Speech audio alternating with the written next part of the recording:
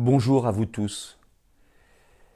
Je viens de lire une révélation dans le Canard enchaîné de ce matin qui confirme ce que j'avais entendu venant de multiples directeurs de maisons de retraite, de praticiens hospitaliers, et que je ne pouvais pas croire et dont je ne vous avais pas parlé parce que je ne voulais pas être accusé de propagation d'accusations excessive. De quoi s'agit-il ? Il s'agit de ce qu'on ne vous dit pas à la télévision. Il s'agit de la décision publique du gouvernement, du ministre de la Santé, d'Emmanuel Macron, de passer ordre dès le 19 mars aux services hospitaliers de ne plus accepter de personnes âgées dans les services de réanimation. On sait tous, bien évidemment, que chaque médecin en conscience, quand il y a débordement, doit faire des choix. Mais une chose est de faire un choix dans un cas d'urgence, dans le service de réanimation. Qui va-t-on faire passer en premier ? Ce qui est bien compréhensible. Et une autre est de donner instruction au niveau de l'État de ne plus accepter de personnes fragiles, entre guillemets, dans les services de réanimation, sous prétexte d'éviter l'acharnement thérapeutique. Or, qu'est-ce qui s'est passé ?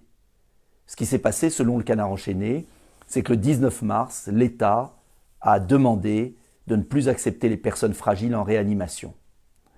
La conséquence, c'est que au 21 mars, par exemple pour l'assistance publique de Paris, il y avait dans les services de réanimation 19% de plus de 75 ans et 9% de plus de 80 ans. Et qu'ensuite, le 5 avril, je reprends ma feuille parce que j'ai noté, le 5 avril, on est passé à 7% seulement de plus de 75 ans dans les services de réanimation et 2% seulement de plus de 80 ans. Ce qui s'est passé aussi, c'est que très vite, la moitié des décès en France a été des plus de 80 ans. Cela veut dire qu'on a laissé mourir nos aînés dans les EHPAD par une décision venue d'en haut. Tout ça parce qu'on n'a pas voulu réouvrir les lits d'hôpitaux nécessaires. Tout cela parce qu'on n'a pas mis les moyens nécessaires, rapidement, pour multiplier les lits de réanimation.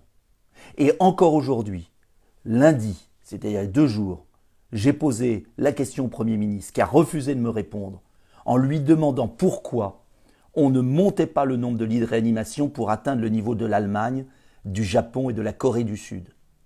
Ces pays ont moins de morts, la Suisse aussi, parce qu'ils ont davantage de lits de réanimation et qu'ils ont pu donc accueillir les plus de 80 ans, les personnes dans les EHPAD. Je ne dis pas d'accueillir des personnes qui ont une comorbidité et qui ont 98 ans. Je dis simplement qu'entre 98 ans et 75 ans, il y a de la marge. Et il est absolument indigne de notre pays d'avoir refusé d'augmenter suffisamment les lits de réanimation, d'avoir refusé de réouvrir le Val-de-Grâce, d'avoir refusé de réouvrir un hôpital par région française et d'avoir donné ordre de ne plus accepter de personnes fragiles, sous prétexte de refuser l'acharnement thérapeutique, mais de manière systématique. Et l'article du Canard enchaîné est particulièrement grave. Et Emmanuel Macron devra répondre devant l'histoire et devant la justice d'avoir préféré faire des économies plutôt que de sauver des vies. Car toujours aujourd'hui, le gouvernement refuse de nous donner des chiffres précis sur les lits de réanimation et sur l'ouverture de nouveaux hôpitaux. Alors oui, j'accuse, au regard des informations du Canard enchaîné, le gouvernement d'avoir fait un choix indigne de notre démocratie.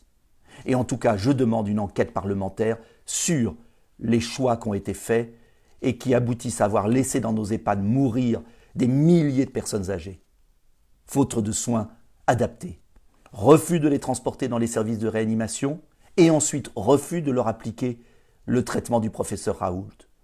Professeur Raoult qui, dans une toute récente vidéo, nous explique très bien pourquoi on a préféré attendre, alors qu'au pic de l'épidémie, on pouvait administrer des traitements qui auraient pu permettre, peut-être, de sauver des vies. La situation est gravissime et notre pays souffre d'indignité. Je vous demande de diffuser cette vidéo car il faut faire connaître cet article du Canard enchaîné dont bien sûr personne ne parlera à la radio et à la télévision, tellement les conséquences sont graves pour le pouvoir actuel.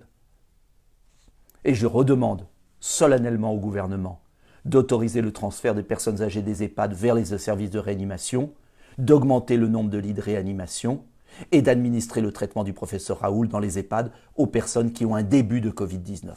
Ce sont 3 mesures précises que je demande au gouvernement solennellement devant vous. Je vous supplie de diffuser cette vidéo. Les Français doivent savoir la tragédie qui se produit dans nos EHPAD, doivent savoir qu'il y avait une autre façon d'agir et qu'il y a encore des mesures à prendre, que l'on peut prendre maintenant et qui peuvent sauver des vies demain. Augmentation, je le répète, des lits de réanimation, traitement du professeur Raoult en début de Covid et création de services nouveaux pour prévenir dans les années futures. Bonne journée malgré cette terrible nouvelle qui a été confirmée par la presse ce matin.